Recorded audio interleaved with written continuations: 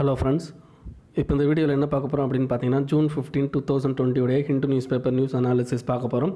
இல்லை ஏதாவது உங்களுக்கு டவுட் இருந்ததுன்னா கீழே டிஸ்கிரிப்ஷனில் எங்கள் டெலகிராம் குரூப் லிங்க் இருக்குது, அதில் ஜாயின் பண்ணிக்கோங்க. And UPSC current affairs related doubts நீங்கள் அங்கே கேட்கலாம். அண்ட் மறக்காமல் இந்த சேனலுக்கு சப்ஸ்கிரைப் பண்ணிக்கோங்க. நீங்கள் பார்க்க போகிற ஃபர்ஸ்ட் நியூஸ் பாருங்கள்.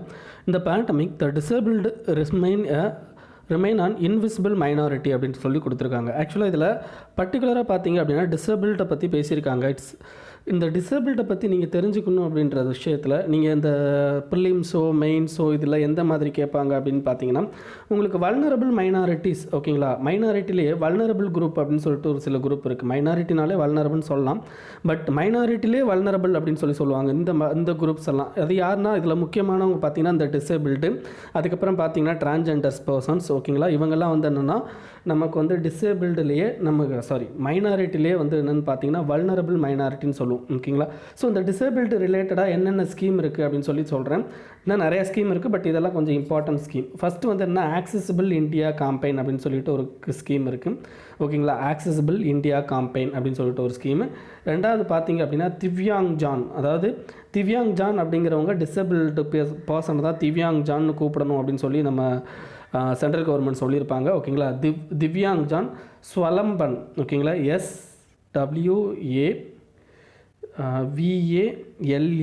SWALAMPAN ஸ்வலம்பன் அப்படின்னு சொல்லிட்டு இருக்கும், ஸ்வலம்பன் யோஜனா, ஓகேங்களா. நெக்ஸ்ட் வந்து என்ன அப்படின்னு பார்த்தீங்கன்னா நிர்மயா யோஜனா அப்படின்னு சொல்லிட்டு ஒரு யோஜனா இருக்கும், நிர்மயா, ஓகேங்களா. ஸோ இதெல்லாம் டிசேபிள் ரிலேட்டடாக வந்து வர்ற சில ஸ்கீம்ஸ், ஓகேங்களா. ஸோ இதெல்லாம் பற்றி கொஞ்சம் தெரிஞ்சு வச்சுக்கோங்க. ப்ரிலிம்ஸில் மேபி கேட்குறதுக்கு சான்ஸ் கம்மி தான், ஓகேங்களா. மெயின்ஸில் கேட்கும்போது உங்களுக்கு இந்த ஸ்கீமை வச்சுலாம் நீங்கள் எழுதுறது கொஞ்சம் ஈஸியாக இருக்கும், ஓகேங்களா, மெயின்ஸ் பாயிண்ட் ஆஃப் வியூவை பொறுத்த வரைக்கும். நெக்ஸ்ட்டு ஃபஸ்ட் பேஜில் வேறு எதுவும் இம்பார்ட்டன்ட் இல்லை, ஓகேங்களா. இந்தியா சைனா ரிலேஷன்ஷிப்பை பற்றி தான் மறுபடியும் பேசுகிறாங்க. நம்ம ஆல்ரெடி அகைன் அண்ட் அகைன் அதை பார்த்தாச்சு. ஸோ அதுக்காண்டி நம்ம நேரடியாக வந்து என்ன போயிடலாம் அப்படின்னு பார்த்தீங்கன்னா உங்களுக்கு எடிட்டோரியல் போயிடலாம். இப்போ எடிட்டோரியலில் ஃபஸ்ட்டு எடிட்டோரியல் பாருங்கள், the need for an anti discrimination law. Anti discrimination அப்படின்னு சொன்ன உடனே நமக்கு என்ன ஞாபகத்துக்கு வரும் அப்படின்னு பார்த்தீங்கன்னா நமக்கு ரைட் டு ஈக்குவாலிட்டி அப்படின்ற விஷயத்தை பற்றி பேசலாம், ஓகேங்களா. இன்னொன்று பார்த்தீங்க அப்படின்னு பார்த்தீங்கன்னா நமக்கு ஆர்டிகிள் 15, அதாவது ஆர்டிகிள் 15 அப்படிங்கிறது என்னென்னா டிஸ்கிரிமினேஷன் பண்ணக்கூடாது, அகெயின்ஸ்ட் ரேஸ், ரிலீஜியன், கேஸ்ட், இதை வச்சுலாம் டிஸ்கிரிமினேஷன் பண்ணக்கூடாது அப்படின்னு சொல்லிட்டு நம்ம வந்து ஆர்டிகிள் 15 இருக்கும். அப்போ இதெல்லாமே வந்து என்ன, டிஸ்கிரிமினேஷனுக்கு அகெயின்ஸ்டாக இருக்கிற நம்ம ஆக்ட் அப்படின்னு சொல்லலாம் நம்மளுடைய கான்ஸ்டியூஷனை பொறுத்த வரைக்கும். பட் இந்த ஆர்டிகிளில் என்ன பர்டிகுலராக பேசுகிறாங்க அப்படின்னு பார்த்தீங்கன்னா India is a unique among democracies அப்படின்றாங்க. அதில் என்ன டெமோக்ரஸியை பற்றி பேசுகிறாங்கன்னா அவங்க மற்ற எந்தெந்த கண்ட்ரியிலலாம் டெமோக்ரஸியில் ரைட் டு ஈக்குவாலிட்டி இருக்கோ அந்த டெமோக்ரஸிலாம் they have a comprehensive law to uphold this right to equality uphold பண்ணுறதுக்காண்டி அவங்கக்கிட்ட காம்ப்ரிஹென்சிவ் ஆக்ட் அப்படின்றது இருக்குது. பட் இந்தியாட்ட அது இல்லை அப்படின்றதான் இவர் சொல்லியிருக்காரு பாருங்கள். India is a unique among democracies in that constitutional right to equality is not backed by a comprehensive legislation அப்படின்னு சொல்கிறார். ஸோ நம்மக்கிட்ட ஒரு காம்ப்ரிஹென்சிவ் லெஜிஸ்லேஷன் இல்லை அப்படின்றார். அது ஏன் அப்படின்னு சொல்கிறாருன்னு பார்க்கலாம். இப்போ ஆர்டிகிள் 15 நமக்கு என்ன சொல்லியிருப்பாங்க அப்படின்னு பார்த்தீங்கன்னா நமக்கு discrimination in the name of religion, race, caste, sex, place of birth இதெல்லாம் வந்து இருக்கக்கூடாது, ஓகேங்களா. அதே மாதிரி பார்த்தீங்கன்னா ஒரு ஷாப்புக்கு போனார்னா அந்த ஷாப்பில் வந்து அவருக்கு மட்டும் ப்ராடக்ட் கொடுக்க மாட்டேன் அப்படின்னு சொல்லி டினை பண்ணக்கூடாது. ஸோ இதெல்லாம் வந்து என்னன்னா ஆர்டிகல் 15 இருக்குது. பட் இதுக்கு அகெயின்ஸ்டாக சில விஷயங்கள் நடந்துக்கிட்டு தான் இருக்குது. அது என்ன அப்படின்றத ஒரு சில விஷயங்கள் பார்க்கலாம், ஓகேங்களா.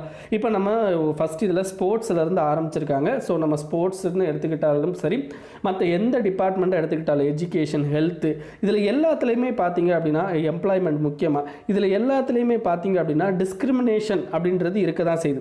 இதுக்கு ஒரு எக்ஸாம்பிளுக்கு ஒரு இதை சொல்லியிருக்கிறாங்க. ஒரு ஈவன் வந்து ஒரு சுப்ரீம் கோர்ட்டோட தீர்ப்பே சொல்லியிருக்காங்க. அது என்ன சுப்ரீம் கோர்ட் தீர்ப்பு அப்படின்னு பார்த்தீங்கன்னா ஜொராஸ்ட்ரியன் கோஆப்ரேட்டிவ் ஹவுசிங் சொசைட்டி வெஸ் டிஸ்ட்ரிக்ட் ரிஜிஸ்ட்ரேட்டர் கோஆப்ரேட்டிவ் சொசைட்டி அர்பன் அப்படின்னு சொல்லிட்டு ஒரு கேஸே இருக்குது, ஓகேங்களா. அது என்ன கேஸ் அப்படின்னு பார்த்தீங்கன்னா உங்களுக்கு ஜொராஸ்ட்ரியன், அதாவது பார்சி கம்யூனிட்டி இருக்காங்க பார்த்தீங்களா, பார்சி கம்யூனிட்டியை சேர்ந்த ஒரு கோஆப்ரேட்டிவ் ஹவுசிங் சொசைட்டி அவங்க என்ன பண்ணியிருப்பாங்க அப்படின்னு பார்த்தீங்கன்னா ஒரு ஹவுசிங் ப்ராஜெக்ட் நடத்தியிருப்பாங்க. அந்த ஹவுசிங் ப்ராஜெக்டில் அந்த ஹவுசஸ் வந்து ஒன்லி ஃபார் பார்சிஸ் அப்படின்னு சொல்லியிருப்பாங்க. அப்போ என்ன ஆகுது அப்படின்னு பார்த்தீங்கன்னா இவங்க ஒரு வீடு கட்டுறாங்க, ஒரு ப்ராஜெக்ட் பண்ணுறாங்க.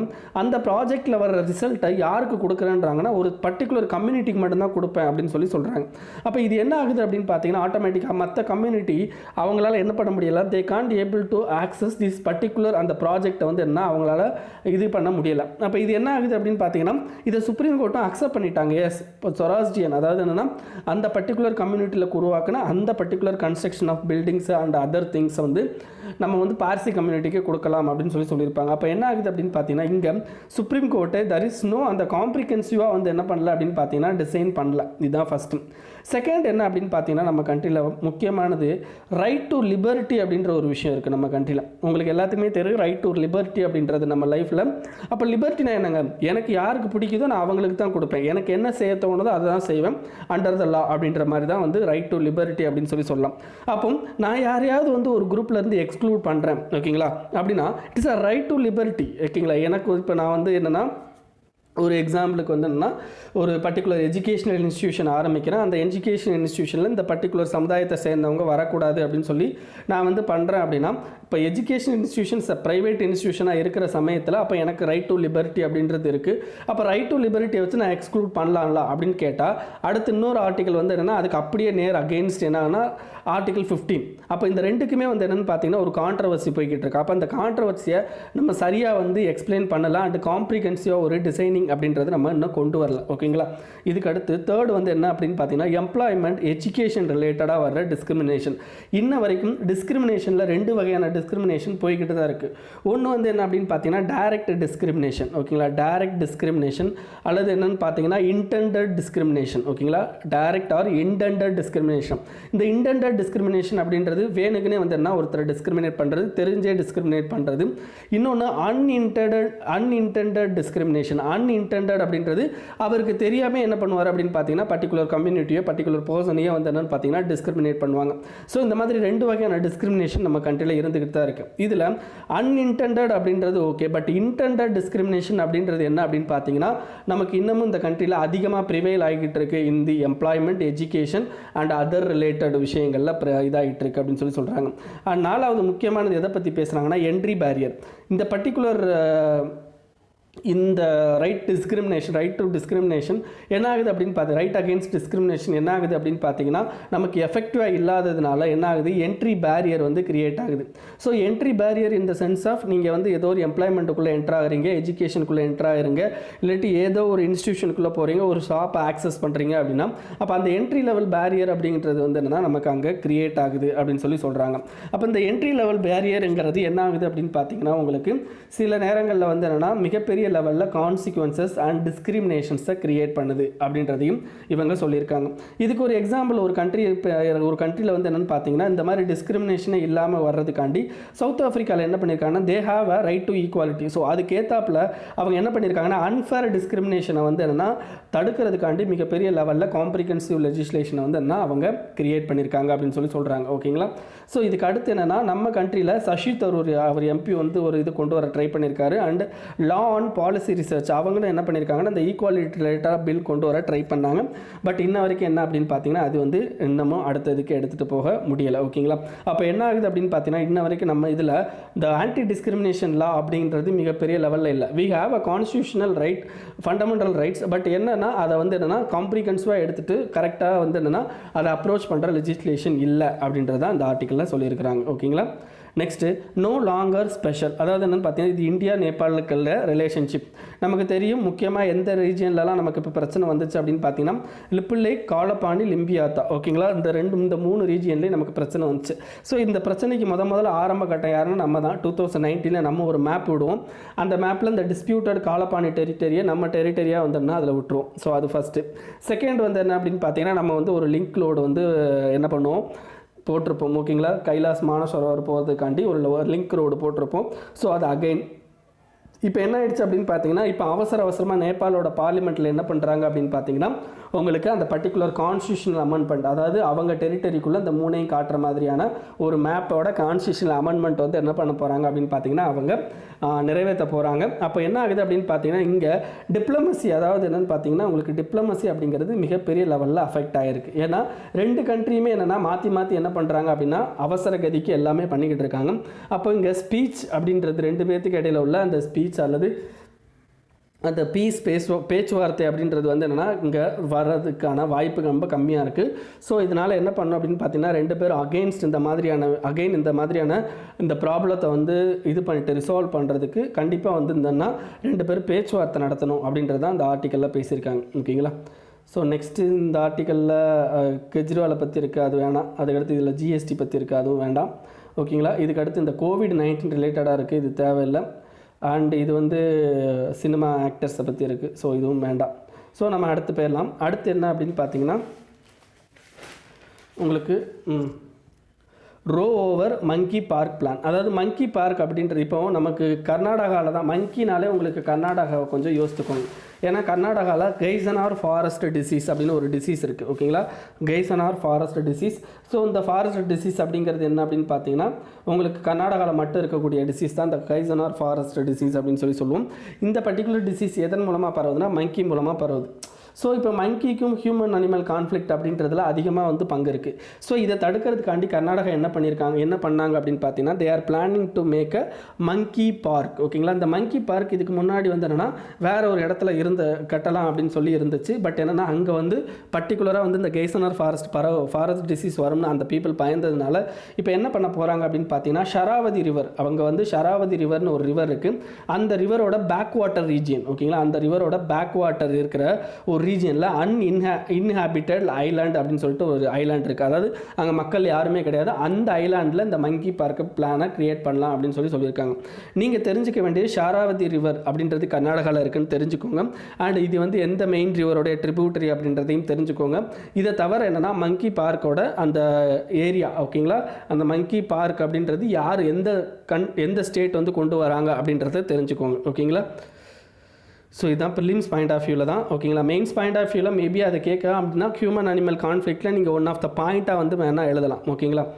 நெக்ஸ்ட் வந்து என்ன அப்படின்னு பார்த்தீங்கன்னா, Malabar gliding frog spotted at Pullad அப்படின்னு சொல்லியிருக்காங்க. அதாவது கிளைடு அப்படின்னா என்ன அர்த்தம் அப்படின்னா, கிளைடிங் ஃப்ராக் அப்படின்னா என்ன அர்த்தம் அப்படின்னா, இது என்ன பண்ணும் அப்படின்னா காற்றுல கிட்டத்தட்ட 10-15 மீட்டர் வரைக்கும் என்னென்னா பறக்கக்கூடியது. ஓகேங்களா? அந்த அளவுக்கு பறந்து போயிட்டு ஒரு இடத்துலேருந்து தாவக்கூடியது. ஓகேங்களா? ஸோ அதுதான் இதில் முக்கியமானது. It have a slender body, webbed feet, unusual body positions. ஓகேங்களா? அதுக்கடுத்து முக்கியமானது இதில் என்ன அப்படின்னு பார்த்தீங்கன்னா 10 to 12 மீட்டர் வரைக்கும் ஏரில் வந்து கிளைட் ஆகக்கூடியது. ஓகேங்களா? ஸோ அதுதான் வந்து இதில் பேசியிருக்கிறாங்க, வேறு எதுவும் இல்லை. ஸோ இந்த இதோட பேர் என்ன, மலபார் கிளைடிங் ஃபார்க். ஓகேங்களா? ஃப்ராக். ஓகேங்களா? நெக்ஸ்ட்டு வந்து அது ப்ரிலிம்ஸில் தான் கேட்பாங்க, மெயின்ஸில் வந்து வேறு எதுவும் கிடையாது. நெக்ஸ்ட் என்ன அப்படின்னு பார்த்தீங்கன்னா உங்களுக்கு ரெஃபர் ஆஃப்ரிக்கன் நேஷனல் போலீஸ் தேவையில்ல. India looks to deploy naval license அப்படின்றது ஒன்றும் இல்லைங்க. இப்போ நம்ம வந்து என்ன பண்ணுறோம் அப்படின்னு பார்த்தீங்கன்னா, ஏதாவது ஒரு ஃபாரின் கண்ட்ரியோட ஆஃபீஸர் வந்து நம்ம கண்ட்ரியில் என்னென்னா பண்ணி, ஓகேங்களா, நம்ம கண்ட்ரியில் வந்து அவரை வந்து இன்சார்ஜாக போட்டு அந்த கண்ட்ரிக்கு தேவையான இன்ஃபர்மேஷனை அவர் மூலமாக கொடுக்குறோம் பார்த்தீங்களா. ஸோ அதுதான் லையசன் ஆஃபீஸர்ஸ் அப்படின்னு சொல்லுவாங்க. ஓகேங்களா? இப்போ என்ன பண்ண போகிறோன்னா, இந்தியாவோட லையசன் ஆஃபீஸரை சில ஏரியாவில் வந்து அமர்த்த போகிறாங்க. அது என்னென்ன ஏரியா அப்படின்றத நான் சொல்கிறேன். ஃபஸ்ட்டு வந்து என்ன அப்படின்னு பார்த்தீங்கன்னா, regional maritime information fusion centre இதில் ஒருத்தரை பண்ண போகிறாங்க. ஸோ இது எங்கே இருக்குது அப்படின்னு பார்த்தீங்கன்னா மடகாஸ்கரில் இருக்குது. ஓகேங்களா? செகண்ட் என்ன எதில் பண்ண போகிறாங்க அப்படின்னு பார்த்தீங்கன்னா உங்களுக்கு European maritime awareness in strait of Hormuz SOH. ஓகேங்களா? ஸோ இந்த இதுலேயும் வந்து இந்த இதோட ஹெட் குவார்ட்டர்ஸ் எங்கே இருக்குது அப்படின்னு பார்த்தீங்கன்னா அபுதாபியில் இருக்குது. ஸோ இதுலேயும் வந்து என்னென்னா ஒரு நாவல் லைசன் ஆஃபீஸரை வந்து என்னென்னா நம்ம இது பண்ண போகிறோம். ஓகே, சரி. இந்த பர்டிகுலராக இந்த regional maritime information fusion centre எந்த ஆர்கனைசேஷனுக்குள்ள வருது அப்படின்னு பார்த்தீங்கன்னா, இந்தியன் ஓஷன் கமிஷன் அப்படின்னு சொல்லிட்டு ஒரு ஆர்கனைசேஷன் இருக்குது. இந்த ஆர்கனைசேஷனில் யாரெல்லாம் மெம்பர் அப்படின்னு பார்த்தீங்கன்னா, உங்களுக்கு சவுத் வெஸ்ட் இந்தியன் ஓஷன் ரீஜனில் இருக்கிறவங்க, யாருன்னா மொத்தம் 5 கண்ட்ரிஸ். யாருன்னா கேமரோஸ், கேமரோஸ். ஃப்ரான்ஸு என்னது, ஃப்ரான்ஸ் இந்தியன் ஓஷனில், எஸ் ஃப்ரான்ஸோட ஒரு குட்டி தீவு ரீயூனியன் தீவு அப்படின்றது இந்தியன் ஓஷனில் இருக்குது. ஓகேங்களா. So Comoros, Indian Reunion, Madagascar, Mauritius, Seychelles இதெல்லாம் வந்து என்னென்னா இந்தியன் ஓஷன் கமிஷனுடைய முக்கியமான கண்ட்ரிஸ். ஓகேங்களா, மெம்பர் கண்ட்ரிஸு. அண்ட் இதில் சைனா அண்ட் யூரோப்பியன் யூனியன் இவங்க வந்து அப்சர்வர் ஸ்டேட்டஸில் இருக்காங்க. இந்தியா இப்போ தான் வந்து என்ன இருக்குது அப்படின்னு பார்த்தீங்கன்னா 2020 அப்சர்வர் ஸ்டேட்டஸ் வாங்கியிருக்கு. இந்தியாவோட சேர்த்து ஜப்பான் அண்ட் யுனைடெட் நேஷனும் வந்து என்ன பண்ணியிருக்காங்க அப்படின்னு பார்த்தீங்கன்னா உங்களுக்கு அப்சர்வர் ஸ்டேட்டஸ் வாங்கியிருக்காங்க. ஓகேங்களா. ஸோ இதுதான். ஸோ இப்போ இதுக்கடுத்து நீங்கள் என்ன தெரிஞ்சுக்கணும் அப்படின்னு பார்த்தீங்கன்னா இது வந்து எந்த அளவுக்கு வந்து நமக்கு வந்து ஹெல்ப்ஃபுல்லாக இருக்கும் அப்படின்னு பார்த்தீங்கன்னா நம்மக்கிட்ட ஓகேங்களா இந்தியாவில் என்ன இருக்குது அப்படின்னு பார்த்தீங்கன்னா இந்தியாவில் information fusion centre for Indian ocean region அப்படின்ற ஒரு ஆர்கனைசேஷன் நம்மக்கிட்ட குருகிராமில் இருக்குது. ஓகேங்களா. இது என்ன பண்ணும் அப்படின்னு பார்த்தீங்கன்னா இந்தியன் ஓஷனில் இருக்கிற இன்ஃபர்மேஷனை வந்து என்னென்னா இந்தியன் ஓஷன் கண்ட்ரி எந்தெந்த கண்ட்ரிலாம் இருக்கோ அந்த கண்ட்ரிக்கு வந்து என்ன பண்ணுவாங்க அப்படின்னு பார்த்தீங்கன்னா தகவல்களை பரிமாறுவாங்க. அப்போ அந்த தகவல்களை பரிமாறுறதுக்கு இதுக்கு மோர் நம்பர் ஆஃப் அந்த நாலேஜஸ் அப்படின்றது தேவை. ஸோ அதை எங்கேருந்து வாங்கிக்கலாம் அப்படின்னு பார்த்தீங்கன்னா இந்த regional maritime information fusion centre from Indian ocean கமிஷன்லேருந்து என்னென்ன பண்ண முடியும்னா வாங்கிக்க முடியும். ஓகேங்களா. ஸோ புரிஞ்சிருக்கும்னு நினைக்கிறேன். ஸோ இதில் வந்து என்னென்னா நம்மளுடைய இந்த information fusion centre on Indian ocean ரீஜனில் ஃபஸ்ட்டு யார் வந்து லையசன் ஆஃபீஸர் அனுப்பியிருப்பாங்க அப்படின்னு பார்த்தீங்கன்னா ஃப்ரான்ஸ் வந்து லையசன் ஆஃபீஸரை நமக்கு அனுப்பியிருப்பாங்க. ஓகேங்களா. ஸோ புரிஞ்சிருக்கும்னு நினைக்கிறேன். ஸோ இதுதான் இந்த ஆர்டிக்கலை பொறுத்த வரைக்கும் இந்தியன் ஓஷன் கமிஷனை பற்றி தெரிஞ்சுக்கணும், information fusion centre Indian ocean region Gurugram அதை பற்றி தெரிஞ்சிருக்கணும். ஓகேங்களா. ஸோ இதெல்லாம் ரொம்ப ரொம்ப இம்பார்ட்டன்ட். இது அடுத்து ஸ்டேட் ஆஃப் ஹோர்மூஸ் அப்படின்றது இருக்குது, அதை பற்றி தெரிஞ்சுக்கணும். Next Mamata place draft electricity bill. ஆக்சுவலாக எலக்ட்ரிசிட்டி பில் 2020 அப்படின்றத கொண்டு வர போகிறாங்க. எலக்ட்ரிசிட்டி அப்படிங்கிறது ஃபஸ்ட்டு இட்ஸ் அ கன்கரண்ட் லிஸ்ட்டில் இருக்கக்கூடியது.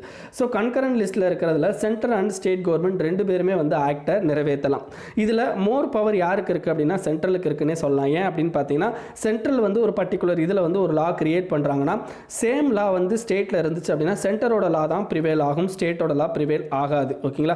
அந்த ஸ்டேட் என்ன பண்ணிக்கலாம் அப்படின்னா பிரசிடென்ட்டை ஒரு பீரியர் இன்ஃபர்மேஷன் கொடுத்து அவர்கிட்ட சைன் வாங்கினாங்க அப்படின்னா அந்த பர்டிகுலர் ஸ்டேட்டில் மட்டும் அந்த கன்கரண்ட் லிஸ்ட்டில் சென்ட்ரல் லா வந்து ப்ரிவேல் ஆகாது, ஸ்டேட் லா தான் ப்ரிவேல் ஆகும். பட் இப்போ இந்த எலக்ட்ரிசிட்டி பில் அப்படின்றது இப்போ கொண்டு வர போகிறாங்க. இதில் முக்கியமான சேஞ்சஸ் என்ன கொண்டு வராங்க அப்படின்னு பார்த்தீங்கன்னா அதாவது என்னென்னு பார்த்தீங்கன்னா சென்ட்ரல் கவர்மெண்ட் வந்து சப்சிடி வந்து டைரெக்டாக கொடுக்கக்கூடாது. அதாவது என்னென்னு பார்த்தீங்கன்னா சப்சிடியை வந்து என்னென்னா நீங்கள் வந்து இப்போ கரண்ட் பில்லே கெட்டாமல் இருக்காங்க ஃபார்மர்ஸ். ஓகேங்களா. ஸோ அதை என்ன பண்ணுங்க அப்படின்னா டைரக்ட் பெனிஃபிட் ட்ரான்ஸ்ஃபரில் கொடுங்க அப்படின்னு சொல்கிறாங்க. ஓகேங்களா. டைரக்ட் பெனிஃபிட் ட்ரான்ஸ்ஃபரில் கொடுங்க, டிபிடியில் கொடுங்க அப்படின்றாங்க. ஸோ இந்த டைரக்ட் பெனிஃபிட் ட்ரான்ஸ்ஃபர் அப்படின்றது என்னென்னு பார்த்தீங்கன்னா உங்களுக்கு முக்கியமாக இதில் இந்த பர்டிகுலர் இதில் மம்தா அவங்க என்ன சொல்கிறாங்கன்னா 100% ஃபினான்ஷியல் இன்க்ளூஷன் அப்படின்னா என்ன அர்த்தம், நம்ம கண்ட்ரியில் இருக்கிற எல்லா பீப்புள்கிட்டையும் பேங்க் அக்கௌண்ட் அப்படின்றது இல்லை. அப்படி இல்லாத சமயத்தில் ஏற்கனவே வந்து டைரக்ட் பெனிஃபிட் ட்ரான்ஸ்ஃபருக்கோட அந்த எஃபிஷியன்சி என்ன அப்படின்றது நமக்கு 100% தெரியாதப்போ இந்த பர்டிகுலர் டிபிடி அப்படிங்கிறது நெகட்டிவாக தான் முடியும் அப்படின்னு சொல்கிறாங்க. ஓகேங்களா. ஸோ இதுக்கு அடுத்து என்னென்னா நமக்கு முக்கியமானது என்ன அப்படின்னு பார்த்தீங்கன்னா இந்த எலக்ட்ரிசிட்டியில் சென்ட்ரல் கவர்மெண்ட் என்ன சொல்கிறாங்க அப்படின்னா ரெனியூவபிள் எனர்ஜியை பர்ச்சேஸ் பண்ணணும் அப்படின்னு சொல்கிறாங்க. அப்போ ஸ்டேட் கவர்மெண்ட் தான் அந்த எலக்ட்ரிசிட்டியை வச்சு ரன் பண்ணுறாங்க. அப்போ ரெனியூவபிள் எனர்ஜியை சென்ட்ரல் கவர்மெண்ட் சொல்கிற அளவுக்கு வாங்கணும் அப்படின்ற பட்சத்தில் ஆட்டோமேட்டிக்காக என்ன ஆகும் அப்படின்னு பார்த்தீங்கன்னா இவங்களுக்கு பர்டிகுலராக அந்த ஸ்டேட்டில் இருக்க எலக்ட்ரிசிட்டிக்கு வந்து என்னென்னா உங்களுக்கு ப்ராப்ளம் கிரியேட் ஆகும். ஏன்னா அதிகமான அமௌண்ட்டை கொடுத்து தான் ரெனியூவபிள் எனர்ஜியை வாங்கணும். ஓகேங்களா. ஸோ அப்போ இதில் முக்கியமாக நீங்கள் தெரிஞ்சுக்க வேண்டியது என்ன அப்படின்னு பார்த்தீங்கன்னா உங்களுக்கு மெயின்ஸ் பாயிண்ட் ஆஃப் வியூவில் இந்த எலக்ட்ரிசிட்டி பில் பற்றி அப்படியே கேட்கறதுக்கு சான்சஸ் இருக்குது. இது ஃபஸ்ட்டு. இது மெயின்ஸில் செகண்ட் என்னென்னா கோஆப்ரேட்டிவ் ஃபெடரலிசம் அப்படின்ற ஒரு வார்த்தையை யூஸ் பண்ணணும். கோஆப்ரேட்டிவ்னா என்ன, ஃபெடரலிசம் என்ன. ஃபெடரலிசம் அப்படிங்கிறது சென்ட்ரல் கவர்மெண்ட் ஸ்டேட் கவர்மெண்ட், கோஆப்ரேட்டிவ்னா என்ன ரெண்டு பேரும் கோஆப்ரேட்டிவாக ஒர்க் பண்ணுறது, that is called cooperative federalism. So அப்போ அது எப்படி வந்து என்ன இங்கே அஃபெக்ட் ஆகுது அப்படின்ற விஷயத்தையும் நீங்கள் மெயின்ஸில் யோசிக்க வேண்டியிருக்கும். ஓகேங்களா.